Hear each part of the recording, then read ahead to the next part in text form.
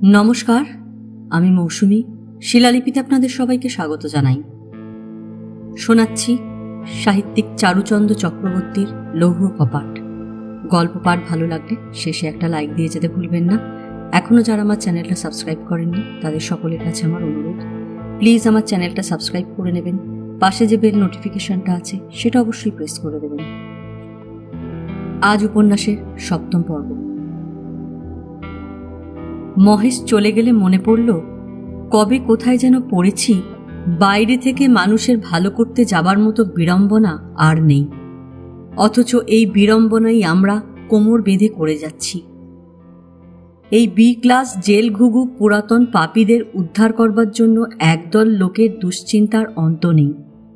যেসব পণ্ডিত ব্যক্তি ক্রাইমের জীবাণু নিয়ে মাথা ঘামান এবং সে পোকাগুলো আসল বাসস্থান রক্তের মধ্যে না মাথার খুলিতে এই মহাতত্ত্ব সম্বন্ধে গবেষণা করেন, তাদের কথা বলছি নে। ক্রাইমের জন্মস্থান যে পারিপার্শ্বিক আবহাওয়া, এই পুরানো ধোঁয়া তুলে হেরিডিটি ভার্সাস এনভায়রনমেন্টের সনাতন ঝগড়া আমদানি করে যারা মাসিক পত্রে পাঠকের কান ঝালাপালা করেন, তাঁদের প্রসঙ্গ আলোচনা করছি নে। আমি বলছিলাম তাঁদের কথা যাঁরা খেপে উঠেছেন জেল রিফর্মের ধ্বজা নিয়ে। আহা, বড্ড কষ্ট কয়েদিগুলোর। কম্বলের জামাটা গায়ে ফোটে, দাও ওর নিচে একটা সুতির লাইনিং। কম্বল শয্যার ওপর বিছিয়ে দাও একখানা করে চাদর। মাছের টুকরোটা বাড়িয়ে দাও। ধনের বরাদ্দটা হাস্যকর, 1 ছটাকের 128 ভাগের 1 ভাগ। ওই হোমিওপ্যাথিক ডোজটা ডবল করো। বেচারিরা বিড়ি খেতে পায় না, ডিসগ্রেসফুল।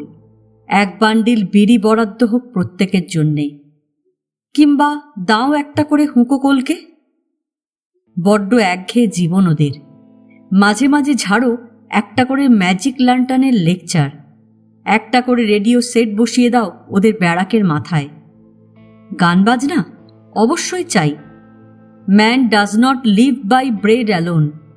সন্ধ্যার পর কীর্তন করুক সবাই মিলে, মাঝে মাঝে জারি গান আর কবির লড়াই, অর্থাৎ জেলকে যেন কেউ জেল বলে বুঝতে না পারে। আহারে বিহারে যতটা পারো আরাম দাও। আহা, কি ভীষণ কষ্ট বেচারাদের। হতভাগ্য কয়েদিদের দুঃখে এই সহৃদয় রিফর্মারদের কোমল হৃদয় অহরহ বিগলিত হচ্ছে, কিন্তু বন্দির হৃদয়ের খবর এরা পাননি কোনোদিন। এদের একজনকে লক্ষ্য করেই বলেছিল মহেশ, সবচেয়ে অসহ্য আপনাদের ওই ভিজিটার বাবুরা। এমন চোখে চাইবে যেন আমরা সব কেষ্টর জীব। একবার এক বুড়ো এসে ধরল আমাকে। শুনলাম তিনি নাকি রায় বাহাদুর। কেমন আছো, কি খাও, কি অসুবিধা তোমাদের, এমনি সব ন্যাকামি। গা জ্বলে গেল। বললাম, বাবু, জেলের মধ্যে কি খাই সে খবর না নিয়ে জেলের বাইরে গিয়ে কি খাবো তাই নিয়ে একটু মাথা ঘামান, তাতেই অনেক বেশি উপকার হবে আমাদের। কথাটা বোধহয় ভালো লাগলো না রায় বাহাদুরের। হন হন করে চলে গেল। এরকম কত দেখলাম। ওদের দরদ উতলে ওঠে যতক্ষণ জেল খাটছি। বাইরে গিয়ে যখন ফ্যাপা করে বেড়াই কেউ পোছেও না, দূর দূর করে তাড়িয়ে দেয়। আর সবাই মিলে ফন্দি আঁটে কি করে এই জেল ঘুঘুটাকে জেলে পুরে নিশ্চিন্ত হওয়া যায়। যোগেন, মহেশ অ্যান্ড কোম্পানির অনেকগুলো মুখ আজ ভিড় করে আসছে মনের কোণে। কেউ বেশ জলজলে, কেউ বা ঝাপসা হয়ে মিলিয়ে গেছে স্মৃতির অন্তরালে। এদেরই একজনের হাতে তৈরি আমার এই বেতের চেয়ারখানা। সংসারে যে কটি আমার প্রিয় বস্তু আছে তার মধ্যে এর স্থান ছোট নয়। এতকাল পরে আজও কোনো কোনো দিন নিঃসঙ্গ সন্ধ্যায় এই চেয়ারখানা নিয়ে যখন আমার বাগানের কোণটিতে গিয়ে বসি, চোখের উপর ভেসে ওঠে কালো ছিপছিপে মজবুত ধরনের এক জোয়ান ছোকরা, হাসি হাসি মুখে বসন্তের দাগ, মাথায় ঢেউ খেলানো বাবরি। নাম জিজ্ঞেস করলে বলতো রহিম শেখ, বেত কামানের ওস্তাগর। অর্থাৎ তার পদমর্যাদা সম্বন্ধে সে নিজেও যেমন সচেতন ছিল, অপরকেও তেমনি সজাগ করে রাখত। রহিম গাঁজা, বিড়ি, চরস এসব স্পর্শ করত না। তার চেয়েও বড় নেশা, এবং ওই একটি মাত্র নেশা ছিল তার চুল। কেশ প্রসাধনের জন্য তেলের প্রয়োজন, সেটা নানা উপায় তাকে সংগ্রহ করতে হয়। সে তেলের কতক যেত তার মাথায়, আর বেশিরভাগ যেত জমাদারের পায়ে। তা না হলে কাঁচির মুখে কোন দিন উড়ে যেত তার শখের বাবরি। বলা বাহুল্য, তৈল সংগ্রহের জন্যে তার ফোকর ব্যাংকের উপর যে চাপ পড়ত, গাঁজা চরসের ধাক্কার চেয়ে সেটা বেশি, বই কম ছিল না। বি ক্লাস বন্দীদের একটা সাধারণ ব্যাধি আছে, যাকে ওরা বলে ছোকরা রোগ, যার জন্যে দায়ী বোধহয় ওদের স্ত্রী সঙ্গ বর্জিত দীর্ঘ কারাবাস এবং সেখানকার কলুষিত আবহাওয়া। এরই তাড়নায় কত কুটিল ষড়যন্ত্র, কত জঘন্য জিঘাংসা, কত আঘাত প্রতিঘাতের বিভৎস লীলা প্রতিদিন ঘটে যাচ্ছে ওই লম্বা ব্যারাকগুলোর গহ্বরে। সেই ইতিহাস কোনোদিন লেখা হবে না। হাসপাতাল থেকে রহিম শেখের জন্য দৈনিক বরাদ্দ ছিল আধশের দুধ, কিন্তু রহিম তার বাহক মাত্র। যে ভাগ্যবান সে দুধ উদরস্থ করত, তার বয়স ছিল 17। দেহের রং মোটামুটি ফর্সা এবং স্বাস্থ্য নিটোল। একে নিয়েই একদিন ঘনিয়ে উঠল মেঘ, এবং তার শেষ পরিণতি হল ছোড়া বর্ষণ। রহিম আর পটলার মধ্যে প্রাণ দেওয়া নেওয়ার খেলা। আঘাতের মাত্রার বেশিরভাগ পড়েছিল রহিমের ভাগে, তাই শাস্তির বেলায় সুপার তার পাওনাটা একটু কমিয়ে দিলেন। রহিমের ধারণা সেটা সম্ভব হয়েছিল শুধু আমারই সানুগ্রহ হস্তক্ষেপের ফলে। খালাস হবার কিছুদিন পর ও আমার সঙ্গে দেখা করতে এলো আমার বাড়িতে। আমি তারই হাতের তৈরি আমার এই প্রিয় চেয়ারখানায় বসে কি একটা করছিলাম। রহিম খানিকক্ষণ তাকিয়ে থেকে বলল, চেয়ারখানা তাড়াতাড়ি নামিয়ে দিলাম, জিনিসটা পছন্দসই হলো না। আচ্ছা, তার জন্যে কি, এবার এসে আর একটা করে দিচ্ছি, একেবারে নতুন ডিজাইন। যতদিন বসবেন রহিমকে মনে পড়বে। আমি বললাম, থাক, চেয়ারের দরকার নেই আমার, তোকে আর আসতে হবে না। কটা দিন অপেক্ষা কর, একটা ভালো কাজ জোটাতে পারবো বলে মনে হচ্ছে তোর জন্যে। রহিম ব্যস্ত হয়ে বলল, না না, ওসব আপনি কখনো করতে যাবেন না। তার আপত্তির বহর দেখে হেসে ফেললাম। কেন রে, কাজের কথা শুনে ভয় পাচ্ছিস কেন? রহিম সোজাসুজি বলল, দরকার নেই আপনার কাজ খুঁজে, ওতে আমার তো কোনো উপকার হবেই না, বরং আপনি একটা ফ্যাসাদে পড়ে যাবেন।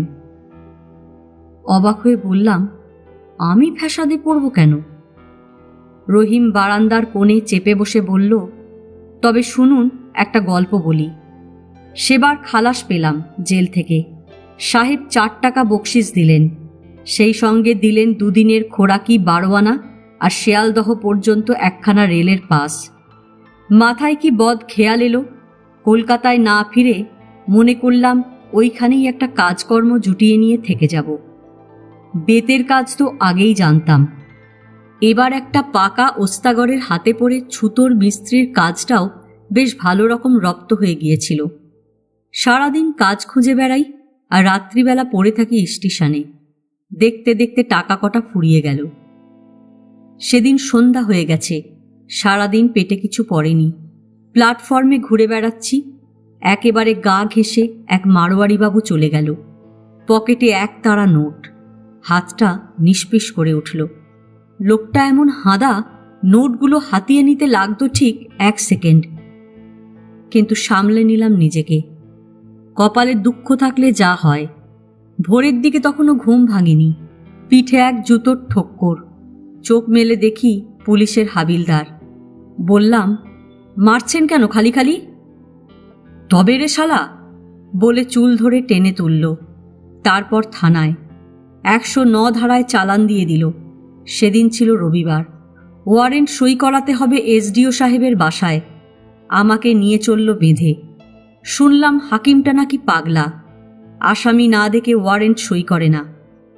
বাড়ির সামনে টেনিস খেলবার মাঠ, তারই একপাশে বেতের চেয়ারে বসে একজন মেয়ে ছেলে উলবন ছিল। ভাবে বুঝলাম এসডিও সাহেবের পরিবার। অল্প বয়স, মুখ দেখলেই বোঝা যায় প্রাণে দয়া মায়া আছে। পাশে একখানা ছোট টেবিল। পুলিশ 2জন একটু দূরে দাঁড়িয়ে খৈনি টিপছিল। সেই ফাঁকে একটু এগিয়ে গিয়ে সেলাম করে বললাম, মেম সাহেব, আপনার ওই টেবিলটা পালিশ করা দরকার। মেহেরবানি করে যদি কাজটা আমাকে দেন, দুদিন খেতে পাইনি। প্রথমে উনি খানিকটা চমকে উঠলেন। পুলিশ দুটো রাড়া করে ছুটে এলো। তাদের হাতের ইশারায় থামিয়ে দিয়ে উনি এগিয়ে এসে বললেন, পালিশের কাজ জানো তুমি? জানি মেম সাহেব। দেশি হাকিমের পরিবারেরা মেম সাহেব বললে খুশি হন, এটা আমার জানা ছিল। উনি বললেন, তুমি চুরি করেছ? না হুজুর, 4 দিন হলো জেল থেকে বেরিয়েছি। কাজ খুঁজছিলাম, স্টেশন থেকে খালি খালি ধরে এনেছে। মেম সাহেব ভিতরে চলে গেলেন এবং কিছুক্ষণ পরে সাহেবকে সঙ্গে করে ফিরে এলেন। তিনি এসে আমাকে অনেক কিছু জিজ্ঞাসাবাদ করলেন। তারপর কোথায় কোথায় ফোন করে শেষটায় পুলিশদের হুকুম করলেন, আসামি ছেড়ে দাও। প্রায় 10-12 দিন ধরে ওদের সব ফার্নিচার পালিশ করে দিলাম। মাল মশলা কেনবার টাকা আমারই হাতে ধরে দিলেন। আমি সব কিনে নিয়ে এলাম। হিসাব দিতে গেলাম, নিলেন না। কাজ দেখে মেম সাহেব ভারী খুশি। এ কদিন খেতে তো দিলেনই, তার উপর বকশিস দিলেন 10 টাকা। এদিকে সাহেব আমার জন্যে কাজ খুঁজছিলেন।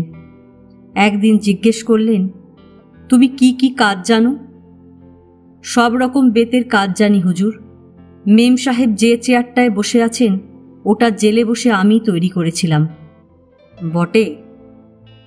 ওখানকার কাজ শেষ হলে উনি আমাকে একটা চিঠি দিয়ে পাঠিয়ে দিলেন, শহরের বাইরে কোনো এক জমিদার এক স্কুল খুলেছিল, সেখানে। বড়লোকের খেয়াল, ভদ্রলোকের ছেলেদের ধরে হাতের কাজ শেখানো হচ্ছে। তাঁত, কাঠের কাজ, ছুরি কাঁচি তৈরি, বেতের কাজ, এইসব। আমি হলাম বেতের মাস্টার।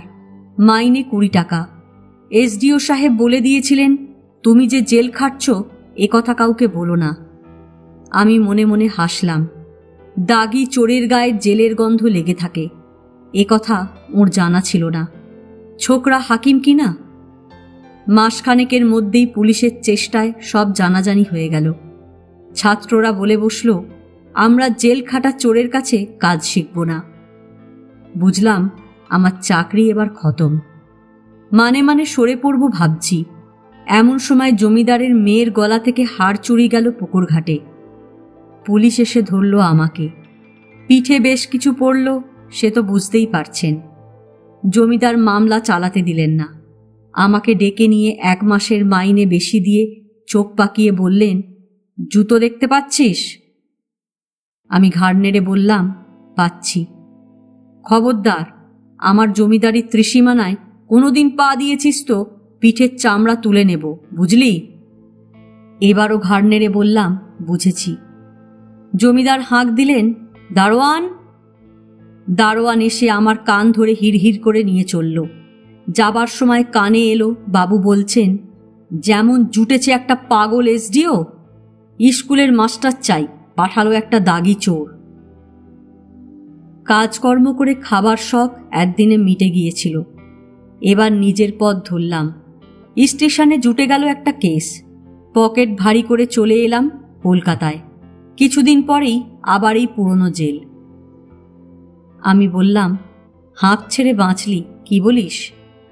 সে কথা আর বলতে। সঙ্গে সঙ্গে জবাব দিল রহিম, বাইরে যে কদিন থাকি মনে হয় পরের বাড়ি আছি। নিজের বাড়িঘর বলতে যা কিছু আমাদের ওই জেল। জেলকে লোকে ঠাট্টা করে বলে শ্রীঘর, কথাটা কিন্তু একেবারে খাঁটি স্যার।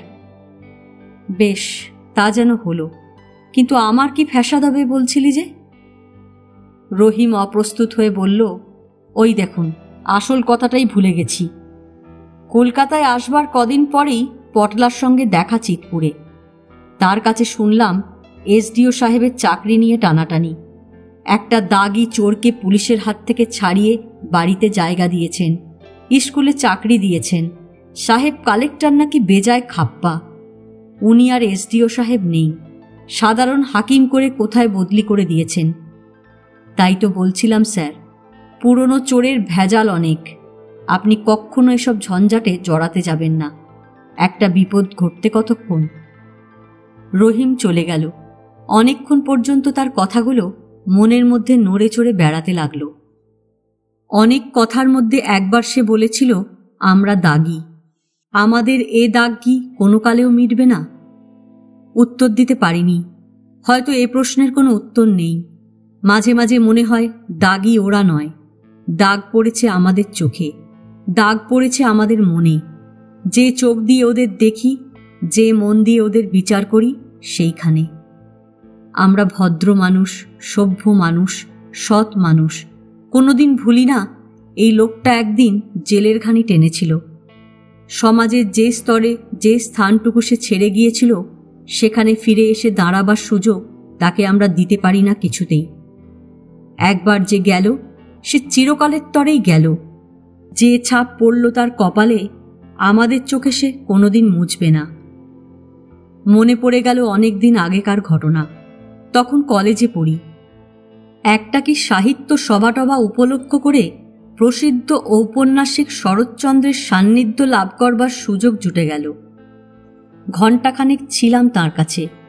তাঁর সৃষ্ট পতিতা চরিত্রের প্রসঙ্গ নিয়ে কি একটা মন্তব্য করেছিলাম। তিনি হঠাৎ কেমন গম্ভীর হয়ে গেলেন। গড়গড়ার নলটা মুখ থেকে নেমে এলো হাতে। তীক্ষ্ণ চোখ দুটো কেমন উদাস হয়ে উঠল। সহসা যেন কত দূরে চলে গেলেন। কোথাকার কোন অলক্ষ্য বস্তুর দিকে চেয়ে মৃদুকণ্ঠে বললেন, পতিতা?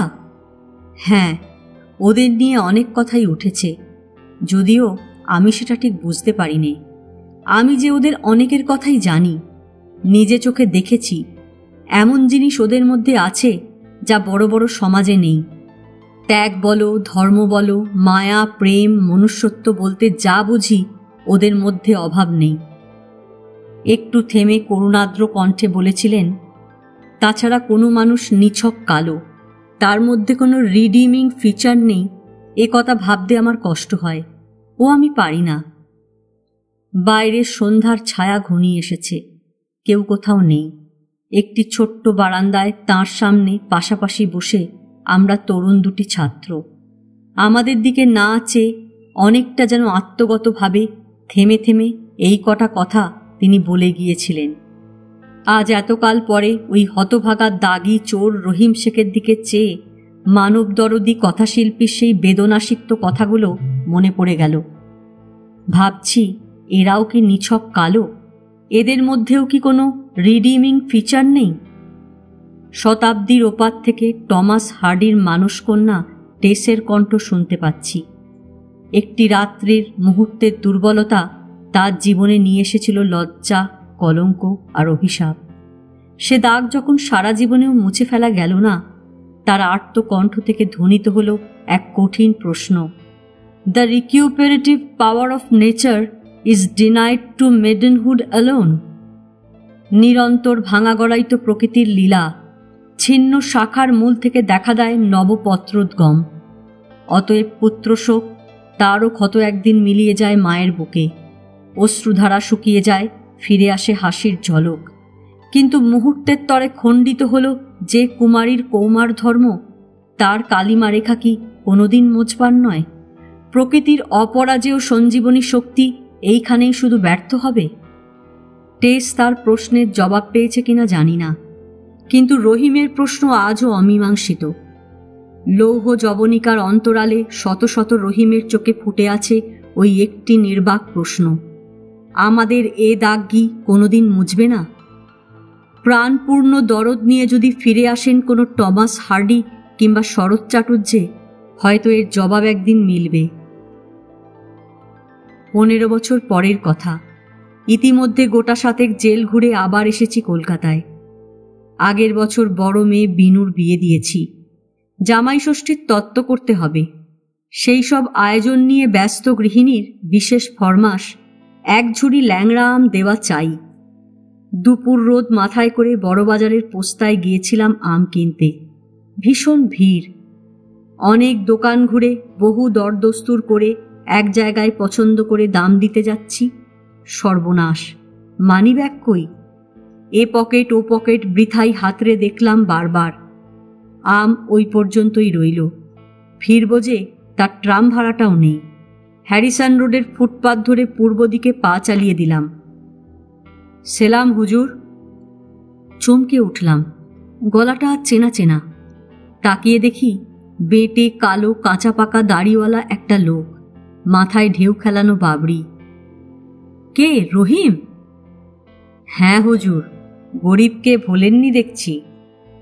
কেমন আছিস রহিম? ভালোই আছি আপনার দোয়ায়। একটু তীক্ষ্ণ চোখে আমার দিকে চেয়ে রহিম বলল, আপনাকে কেমন যেন শুকনো দেখাচ্ছে স্যার, শরীর ভালো আছে তো? গোটা 25 টাকা ছিল ব্যাগেতে, বড্ড মুষড়ে পড়েছিলাম। চেষ্টা করেও নিস্তেজ ভাবটা চাপা দিতে পারলাম না। বললাম, ভালোই আছি, তবে। রহিম সাগ্রহে অপেক্ষা করছিল। আমি একটু হাসবার মতো মুখ করে বললাম, মানিব্যাগটা চুরি গেল। রহিম ব্যস্ত হয়ে বলল, এখন চলে গেল? কোথায়? বললাম, ওই আমপট্টিতে, এই আধ ঘন্টাটা হবে। সে যাক, তারপর তুই আছিস কোথায়? কাজ টাজ কিছু? রহিম সে কথার জবাব না দিয়ে বলল, আপনি দাঁড়ান বাবু, আমি এক্ষুনি আসছি, বলে ছুটে বেরিয়ে গেল। আমি সেইখানেই অপেক্ষা করে রইলাম। 15 মিনিট, 20 মিনিট, আধ ঘন্টা যায়। হঠাৎ মনে হলো, এ কি করছি? একটা পুরনো চোর কি বলে গেল আর তার কথায় দাঁড়িয়ে আছি আমি, একজন পদস্থ সরকারি অফিসার। পা বাড়াতে যাচ্ছি, রহিম ছুটতে ছুটতে এসে হাজির। ফতুয়ার পকেট থেকে 2টো মানিব্যাগ বের করে বলল, দেখুন কোনটা আপনার। আমি নিজের ব্যাগটা তুলে নিলাম। রহিম বলল, খুলে দেখুন সব ঠিক আছে কিনা। দেখলাম সব যেমন ছিল ঠিক তেমনি আছে। আমার বিস্ময়ের সীমা ছিল না। বললাম, কোথায় পেলি? রহিম হেসে জবাব দিল, সে অনেক কথা হুজুর, সব আপনি বুঝবেন না। ছোকরাটা নতুন, আপনাকে তো চেনে না, তবে ভারী বিশ্বাসী, সরায়নি কিছুই, গোটাটাই জমা দিয়েছে। সর্দারের কাছে গিয়ে আপনার কথা বলতেই তাড়াতাড়ি বের করে দিল। সর্দার এখন ভারী ব্যস্ত, নইলে নিজেই আসত। বলে দিল, বাবা যেন আমাদের কসুর মাপ করেন। আমি একখানা 10 টাকার নোট তুলে নিয়ে রহিমের হাতে দিতে গেলাম। সে দাঁতে জিভ কেটে জোরহাত করে 2 পা পিছনে সরে গেল। তারপর আমার পায়ে হাত ছুঁয়ে বলল, অসুর আর বাড়াবেন না হুজুর। আমি আর পিড়াপিড়ি করতে পারলাম না। রহিম বলল, আম কিনতে এসেছিলেন এতদূর? হ্যাঁ, বড় মেয়ে শ্বশুরবাড়িতে দিতে হবে, ঝুড়িখানেক ল্যাংড়া আম। সবাই বললে পোস্তাতে সুবিধা হবে। রহিম বলল, এখানে আম কেনা কি আপনার কাজ? চলুন, আমি কিনে দিচ্ছি। আমার উৎসাহ কমে গিয়েছিল। বললাম, থাক, ওদিক থেকে না হয় নেব। রহিম বলল, আপনাকে বাজারে ঢুকতে হবে না, কষ্ট করে এই মোড়টায় এসে একটু দাঁড়ান, আমি 5 মিনিটের মধ্যেই আসছি, বলে আমার সম্মতির অপেক্ষা না করেই সে চলে গেল। মিনিট 10 মধ্যেই কুলির মাথায় 2 ঝুড়ি ল্যাংড়া আম নিয়ে এসে ফিরে এলো এবং একটা ঘোড়ার গাড়ির ছাদে চাপিয়ে দিয়ে গাড়োয়ানকে বলল, বাবুকে পৌঁছে দিয়ে আয়। আমি আমের দাম জানতে চাইলাম। রহিম আবার হাত জোর করল। বিরক্তির সুরে বললাম, না না, সে কি হয়, খালি খালি এতগুলো টাকা তুই দিতে যাবি কেন, আর আমি এবার নেব কেন? রহিম সংকুচিত হয়ে বলল, আপনাকে দিইনি হুজুর, আমি বিনুমাকে দিলাম। সেই কবে দেখেছি আপনার চাকর নিয়ে আসতো গেটের সামনে, 2 বছরের মেয়ে, যেন বেহেস্তের পরী। সেই আমাদের ছোট্ট বিনুমা আজ বড় হয়েছে, শাদী হয়েছে। গরিব রহিম কী বা দিতে পারে? 2টো আম দিলাম আমার মাকে। গলাটা আটকে গেল, চোখ দুটো ছলছল করে উঠল। আমের দাম আর দিতে পারলাম না। বাড়ি পৌঁছে গাড়ির ভাড়া দিতে গেলাম। গাড়োয়ান সেলাম করে বলল, ভাড়া পেয়ে গেছি বড়বাবু। সে কি, কে দিলে ভাড়া? কেন, রহিম? না না, সে হবে না, ও টাকা ফিরিয়ে দিও, ভাড়া তোমাকে নিতেই হবে। গাড়োয়ান ভয়ে ভয়ে বলল, বলেন কি বাবু, ওই রহিমকে আপনি চেনেন না? আজ তো পুঁতে ফেলবে আমাকে। শুনেছি প্রাণীবিজ্ঞান মতে চিংড়ি মাছ মাছ নয়। আমাদের মতো অবৈজ্ঞানিক মৎস্যভোজীর পক্ষে ব্যাপারটা চমকপ্রদ সন্দেহ নেই, কিন্তু এর চেয়েও চমকে যাবার কারণ ঘটল যেদিন শুনলাম ভূতনাথ দারোগা দারোগা নয়। এ শুধু খবর নয়, এ একটা আবিষ্কার। রাম, শ্যাম, যদু থেকে আরম্ভ করে ভীষ্ম, দ্রোণ, কর্ণ পর্যন্ত একটা গোটা মহকুমার মুখে যিনি এক ডাকে ভূতনাথ দারোগা, ভাবিনি সেই স্বনামধন্য পুরুষ একজন তুচ্ছ ডিএসপি মাত্র। সরকারি পরিচয়ে যে আসল মানুষটির ধার দিয়েও যায় না, তারই আর একটা দৃষ্টান্ত পাওয়া গেল। ভূতনাথের দাপটে বাঘে গরুতে একঘাটে জল খায়, অর্থাৎ গরু চোর ফাজলা শেখ আর বাঘ শিকারী দুর্দান্ত জমিদার কালু চৌধুরী একই হাত করা পড়ে, একই দড়ি কোমরে বেঁধে একসঙ্গে কোর্টে আসে যায়। লঘু গুরু ভেদ নেই ভূতনাথ দারোগার কাছে। তার শুভদৃষ্টি একবার যার উপরে পড়েছে, অর্থ এবং মুরব্বির জোর তার যতই থাক, জেলের ঘানির 7 পাক তাকে ঘুরতেই হবে। যত বড় বেয়ারা, খুঁতখুঁতে কিংবা উদারপন্থী হাকিম আসুন, ভূতনাথের আসামিকে বেকসুর খালাস দেবার মতো কোনো ফাঁক পেয়েছেন বলে শোনা যায়নি। খালাস অমনি দিলেই হলো? ভূতনাথ বুক ফুলিয়ে বলেন তার ভক্তমহলে ফৌজদারি মামলা হচ্ছে ডিস্ট্রিক্ট বোর্ডের পাকা সড়ক। আইন কানুনের গলিগুজির বালাই নেই, স্রেফ ঘটনা সাজিয়ে যাও। কনভিকশন মারে কে? কিন্তু ঘটনা মানে কি? হঠাৎ প্রশ্ন করে বসেন কোনো জুনিয়রকে লক্ষ্য করে। লক্ষ্যটি নেহাত উপলক্ষ। উত্তর দেন উনি নিজেই। ঘটনা মানে যদি বুঝে থাকো যেটা ঘটে, সুবল মিত্তিরের ডিকশনারি ঘাড়ে করে স্কুল মাস্টারি করে খাওগে। পুলিশের চাকরি তোমার চলবে না। যা ঘটে নয়, ঘটনা মানে তোমার সুবিধের জন্য যা ঘটা দরকার। এই যেমন ধরো, বাঘাডাঙ্গার সতীশ কুণ্ডু হঠাৎ টাকার গরমে তেতে উঠেছে। তোমারই এলাকায় বাস করে তোমারই সামনে ঘাড় উঁচু করে চলে। জব্দ করতে চাও? ফেলে দাও কোনো খুনি মামলায়। কোনো ছোকরা প্রবেশনার জিজ্ঞেস করে, কিন্তু স্যার, কাছাকাছি কোথাও খুন তো একটা হওয়া চাই। কে বললে খুন হওয়া চাই? খুনের কোনো দরকার নেই, দরকার শুধু একটা লাশ। দেশে এত লোক মরছে, আর একটা মরা জোগাড় করতে পারবে না? আর কোথাও না পাও, হাসপাতালগুলো আছে কি করতে? প্রবেশনারটি নাছোড়বান্দা আবার প্রশ্ন করে, মরা না হয় একটা জোটানো গেল, কিন্তু সেটা সে কলেরায় মরেনি, খুনের লাশ, সে কথা প্রমাণ হবে কি করে? ভূতনাথ তৎক্ষণাৎ জবাব দেন, কেন? ডাক্তার বলে একরকম প্রাণী আছে, শোনোনি কোনোদিন? ওরাই প্রমাণ করবে। ভগবান ওদের হাতে স্প্রিং লাগিয়ে দিয়েছেন, যেদিকে ঘোরাতে চাও ঘুরবে। তার জন্য চাই কিছু তেল। 2-1 সিনিয়র গোছের অফিসার মাথা নেড়ে বললেন, ওই যা বললেন স্যার, ওই তেলটাই হলো আসল। ওইটি সংগ্রহ করাই একটু মুশকিল। কিছু মুশকিল নেই, সঙ্গে সঙ্গে বলেন ভূতনাথ। তেল আপনিই জুটে যায়। খোঁজ নিয়ে দেখো, সতীশ কুণ্ডুর একটা বিপক্ষ দল আছে নিশ্চয়ই, আর তার কর্ণধার হচ্ছে জগৎ পাল কিংবা নিরঞ্জন সাহা। ওদের কাউকে শুধু ইঙ্গিতে জানতে দাও তোমার মতলবটা কি। তেলের পিপে মাথায় নিয়ে ছুটে আসবে, যত খুশি ঢালো। ডাক্তার যদি একটু নজর দেন, আদালতে গিয়ে দেখবে কলেরার পচা মরার পেট থেকে বেরিয়েছে বন্দুকের গুলি, কিংবা তার বুকে রয়েছে মারাত্মক ছোড়ার জখম। এরপরে আর কোনো প্রশ্নেরই অবকাশ থাকে না। তবু স্থূল বুদ্ধি অর্বাচীন পুলিশ মহলেও থাকে 2-1। তাদেরই কেউ একজন বলে বসে, আচ্ছা স্যার, লাশ না হয় পেলাম, আর সেটা যে খুন তারও ডাক্তারি প্রমাণ পাওয়া গেল, কিন্তু খুনের সঙ্গে সতীশ কুণ্ডুকে জড়ানোর মতো সাক্ষী কোথায়? ভূতনাথ সিগারেটের সঙ্গে উচ্চাঙ্গের হাসি মিশিয়ে বলেন, সাক্ষী তো আকাশ থেকে পড়ে না বাপু, মাঠেও গজায় না।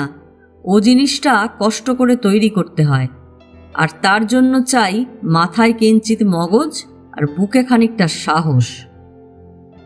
বলা বাহুল্য, ভূতনাথের ভাণ্ডারে এ দুটি পদার্থের কোনোটারই অভাব নেই।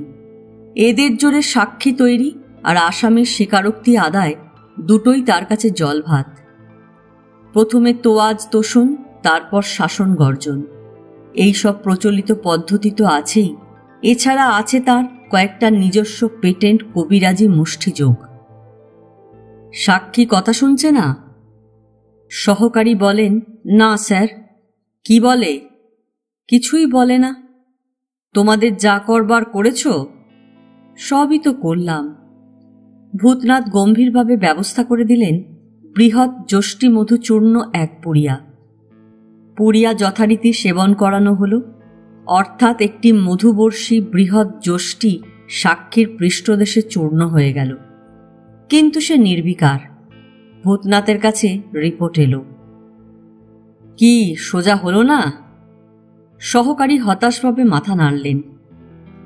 দাও ডোজ দিনে গুম্ফোৎপাটন রসায়ন। যত নষ্টের মূল ব্যাটার ছেলের ওই কাইজারি গুঁফ। একজন কুস্তিগির হিন্দুস্তানি সিপাহীকে এই মহৎ কার্যে নিয়োগ করা হলো। মিনিট 5 পরেই খবর এলো সাক্ষী তৈরি। শুধু সাক্ষী বাগানো নয়, কনফেশন আদায় করতে ওই একই ব্যবস্থা। কিন্তু 2-1টা দুর্ধর্ষ আসামি কখনো কচ্ছিৎ দেখা যায়, যাদের বেলায় গুম্ফোৎপাটন রসায়ন কিংবা শ্বশ্রুচ্ছেদন বটিকা হয়তো তেমন কার্যকরী হয় না। এরকম ক্ষেত্রে তিনি প্রয়োগ করেন তাঁর শেষ এবং মোক্ষম আবিষ্কার মহানিমঞ্জনী সুধা, চপেটাঘাত সহ সেব্য। শীতকালের গভীর রাতই হচ্ছে এই মহৌষধি প্রয়োগের প্রশস্ত সময়। তার উপর স্থানটা যদি পানাপুকুর হয়, ফল অব্যর্থ। ভূতনাথ ঘোষালের সঙ্গে পরিচয় ছিল না, দেখা হয়ে গেল কার্যসূত্রে। অফিসে বসে কাজ করছি, ভারী জুতোর শব্দে মুখ তুললাম। যে ভদ্রলোক আমার টেবিলের ওপাশে চেয়ারখানা দখল করলেন, তার দৈর্ঘ্য 6 ফুট এবং পরিধি 3 ফুটের কম নয়। আমি জিজ্ঞাসু চোখে চাইতেই পাশে দাঁড়ানো পুলিশ অফিসারটি পরিচয় দিলেন সদর ডিএসপি। ভদ্রলোক টুপিটা খুলতেই মাথা জোড়া বিশাল টাক চকচক করে উঠল। আমি সসম্ভ্রমে নমস্কার জানিয়ে বললাম, ও আপনি মিস্টার ঘোষাল? ভারী আনন্দ হলো। আনন্দ হলো? ছাদ পাঠানো হাসি হাসলেন ভূতনাথ। আমাকে দেখে কারোর আনন্দ হয় এই প্রথম শুনলাম মশাই আপনার কাছে। একদিন তো জানতাম এ রূপ দেখলে লোকে আঁতকে ওঠে। বলে পকেট থেকে একটা আধ পোড়া মোটা সিগার বের করে ধরিয়ে কড়া ধোঁয়া ছাড়লেন। ভূতনাথ অত্যুক্তি করেননি। প্রকাণ্ড একটা খাঁড়ার মতো নাক, তার নিচে জমকালো পাখানো গোঁফ, সুগোল রক্তাভ চোখ, পানের রস আর সিগারের ধোঁয়ায় জারিত মোটা মোটা ঠোঁট, গোটা কয়েক গজদন্ত এবং তার তলায় একখানা চওড়া চোয়াল। এ হেন আকৃতি আনন্দদায়ক তো নয়, ঘোর আতঙ্কজনক। কিন্তু আপনাকে দেখে ভারী আতঙ্ক হলো এ কথা তো বলা যায় না কোনো সদ্য পরিচিত আগন্তুককে। সিগারেটটায় আরো কয়েক টান দিয়ে সহকারীকে বললেন, কই তোমার কাগজপত্র বের করো। সহকারী একখানা কাগজ আমার সামনে রাখলেন। একজন হাজতি আসামির সঙ্গে সাক্ষাৎ করবার আবেদন। কাগজটায় চোখ বুলিয়ে দেখছিলাম। ভূতনাথ মাথা দুলিয়ে বললেন, আছে মশাই আছে, ম্যাজিস্ট্রেটের সই না নিয়ে আসেনি। সেসব চলতো আগেকার দিনে। যখন খুশি দেখা করেছি আসামির সঙ্গে, দরকার মতো বের করে নিয়ে গেছি থানায়, আবার পৌঁছে দিয়ে গেছি যখন সুবিধা। পারমিশন তো দূরের কথা, একটা রসিদ টসিদও চাননি জেলার বাবুরা। সেসব দিন আর নেই। আপনারা হলেন নব্যতন্ত্রের অফিসার, আমরাও তাই আটঘাট ভেদেই কাজ করি। কই আপনার মেট গেল কোথায়? একবার হুকুম করুন নিয়ে আসুক বদমাসটাকে। এখানকার কাজ সেরে আবার কোর্টে যেতে হবে একবার। বলে চেয়ারের উপর বিশাল দেহটা যতখানি সম্ভব এলিয়ে দিয়ে লম্বা হাই তুলে হাতে তড়ি দিলেন। আসামিকে আনানো হলো। মাথায় ব্যান্ডেজ, সর্বাঙ্গে মারাত্মক আঘাতের চিহ্ন। 1.5 মাস হাসপাতালে থাকবার পর কোনো রকমে উঠে দাঁড়িয়েছে কদিন হলো। মেট এবং আর একজন কয়েদির কাঁধে ভর দিয়ে আস্তে আস্তে এসে বসে পড়ল। ভূতনাথ তার মুখের উপর তীক্ষ্ণ দৃষ্টি ফেলে বললেন, তুমি বদরুদ্দিন মুন্সি? হ্যাঁ হুজুর। চিনতে পাচ্ছেন না? চিনব কেমন করে বলো? তোমার কীর্তিকলাপ অবশ্যই জানতে বাকি নেই, কিন্তু চাক্ষুষ তো দেখা হয়নি কোনোদিন। হয়েছে বই কি, দেখা আমাদের হয়েছে বড়বাবু, একবার নয় 2 বার। 2 বার? বলো কি? আমার তো মনে হচ্ছে না। কোথায় দেখলাম তোমাকে? প্রথম দেখা আমাদের 36 সালে কুরুলগঞ্জে ভুবনসার গদিতে। ডাকাতি করে পালাচ্ছিলাম, একেবারে পড়ে গেলাম হুজুরের পিস্তলের মুখে। গুলিও আপনি ছুঁড়েছিলেন, মাথা তাক করেই ছুঁড়েছিলেন, কিন্তু মাথাটা নিতে পারেনি, নিলেনই কানের পাশ থেকে এক টুকরো মাংস। ভারী আফসোস হলো, কানের জন্য নয়, হুজুরের জন্য। এমন পাকা হাতের গুলিটা ফসকে গেল। ভূতনাথ হো হো করে হেসে উঠলেন। ফসকে গিয়ে ভালোই হয়েছিল বলতে হবে, তা না হলে আজ আমাদের দেখা হতো কেমন করে? খোদা যা করেন ভালোর জন্যই করেন, কি বলো? ভূতনাথের সুর হালকা, কিন্তু মুন্সি জবাব দিল গম্ভীর গাঢ় সুরে, আলবাত, খোদা যা করেন ভালোর জন্যই করেন। ঘরের হাওয়া হঠাৎ যেন বদলে গেল এবং মিনিট কয়েক কেউ কোনো কথা বলল না। তারপর ভূতনাথ আবার পূর্বসূত্রে ফিরে গিয়ে বললেন, আচ্ছা, এ তো গেল একবার, আর কোথায় তোমার সঙ্গে দেখা হলো? ওরই ঠিক 1 বছর পরে সোনাডাঙ্গার রমেশ ডাক্তারের বাড়িতে। নোটিশ দিয়ে ডাকাতি, একদল পুলিশ নিয়ে আপনি একেবারে রেডি হয়েছিলেন।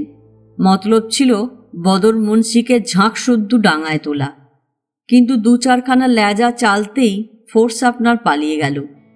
হুজুর আশ্রয় নিলেন ডাক্তারের খিড়কি পুকুরে কচুরিপানার তলায়। আমার দলের লোকগুলো জানতো আপনিও সরে পড়েছেন।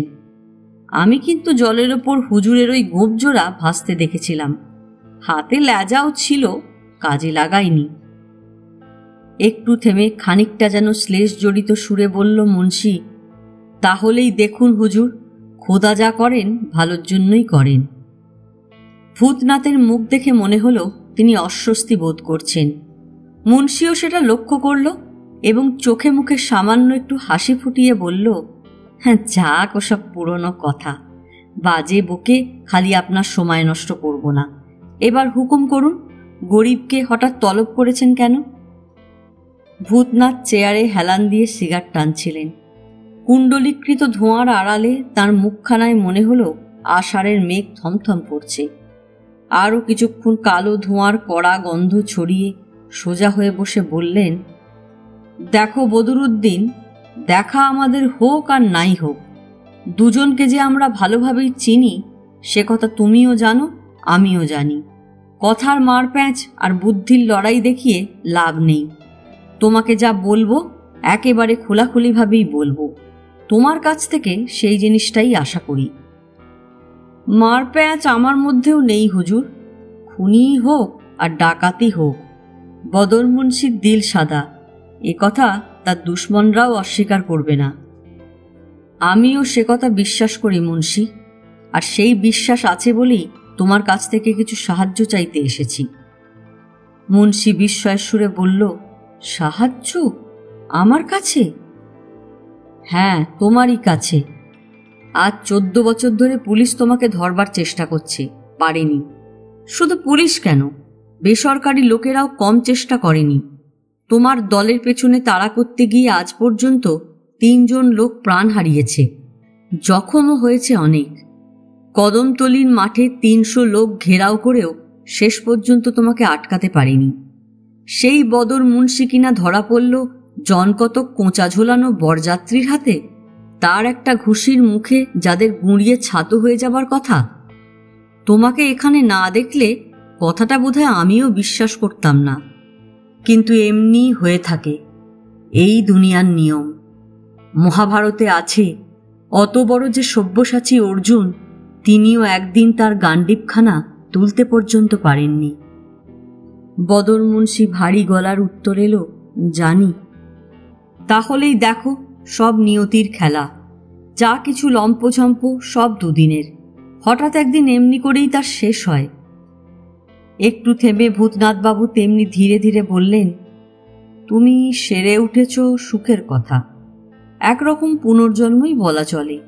ধরে যে তোমার প্রাণ ছিল সেদিন, তাই তো কেউ বুঝতে পারেনি। মুন্সি রুদ্ধ কণ্ঠে বলল, ছিল না হুজুর, প্রাণ ফিরে পেয়েছি জেরার সাহেবের দয়ায়, উনি আমার বাপ, আমার জন্মদাতা। বলে সে মুখ তুলে তাকালো আমার দিকে।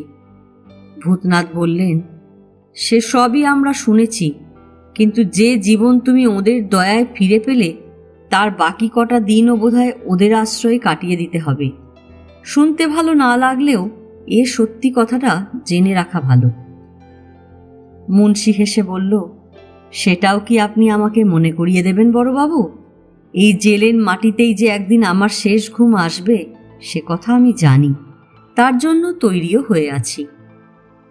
ভূতনাথ উদাস কণ্ঠে বললেন, এই যখন পরিণাম, আর সে সম্বন্ধে তোমার মনে যখন কোনো মিথ্যা আশা নেই, তখন আর দয়ামায়া কিসের? যাদের সঙ্গে হাতে হাত ধরে একদিন এই পথে পা বাড়িয়েছিলে, তাদের পেছনে ফেলে এলে চলবে কেন? তাদেরও ডাকো, সবাই এসে নিজের ভাগ বুঝে নিক। মুন্সির সন্দিগ্ধ দৃষ্টি পড়ল ভূতনাথের মুখের উপর। আস্তে আস্তে তার ঠোঁটের কোণে দেখা দিল আগেকার সেই শ্লেষকুঞ্চিত হাসি। বলল, এই সাহায্যই কি আমার কাছে চাইতে এসেছেন হুজুর? শুধু চাইতে আসেনি মুন্সি, সাগ্রহে বললেন ভূতনাথ।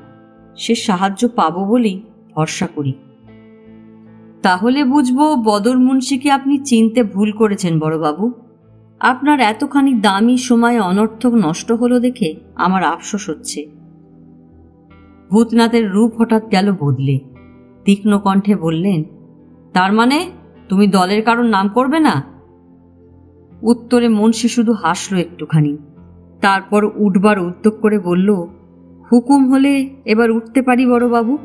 আপনার কাজের ক্ষতি হচ্ছে, সে লোকসান আর বাড়াতে চাই না। সেলাম হুজুর। ভূতনাথ তীব্র শ্লেষের সুরে বললেন, ভূতনাথ দারোগার মুষ্টিযোগগুলো আজও একেবারে অকেজো হয়ে যায়নি, এ কথা বোধহয় মুন্সি সাহেবের স্মরণ আছে। নিশ্চয় আছে, তবে মুষ্টিযোগের ফল কি সকলের বেলায় সমান হয় বড়বাবু? বলে আর একবার সেলাম করে উঠে দাঁড়ালো। মুন্সি চলে যাবার পরেও খানিকক্ষণ ভূতনাথবাবুর কোনো সাড়া পাওয়া গেল না। তার মেঘাচ্ছন্ন মুখের দিকে তাকিয়ে সহকারীটি বললেন, আমি আগেই বলেছি স্যার, ভালো কথার পাত্তর নয়, রীতিমতো ওষুধ চাই। সেই ব্যবস্থাই আমাদের এবার করতে হবে। আপনার নিমজ্জনী সুধা কয়েক ডোজ পড়লেই বাপ বাপ করে পথে আসবে বাছাধন। ভূতনাথ কটমট করে তাকালেন তাঁর সহকারীর দিকে। অত সোজা মনে করো না। যে লোকটা কনফেশন করে অথচ আর কাউকে জড়ায় না, সে বড় কঠিন চিজ।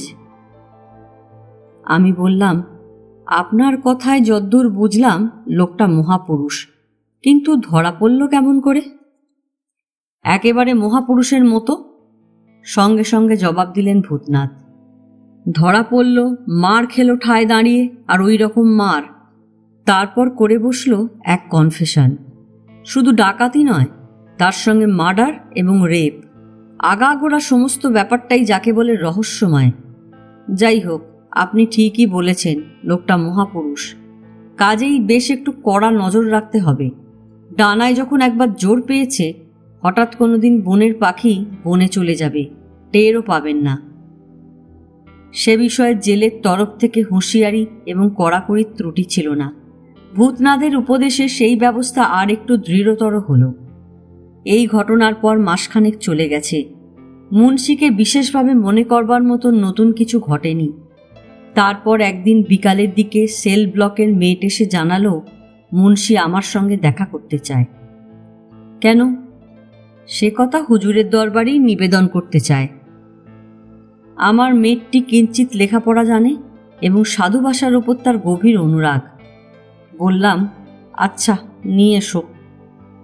মুন্সি এসে বসল আমার পায়ের কাছটিতে। আমি জিজ্ঞাসু চোখে তাকালাম। সে কিছুই বলল না, এদিক ওদিক চেয়ে ইতস্তত করতে লাগল।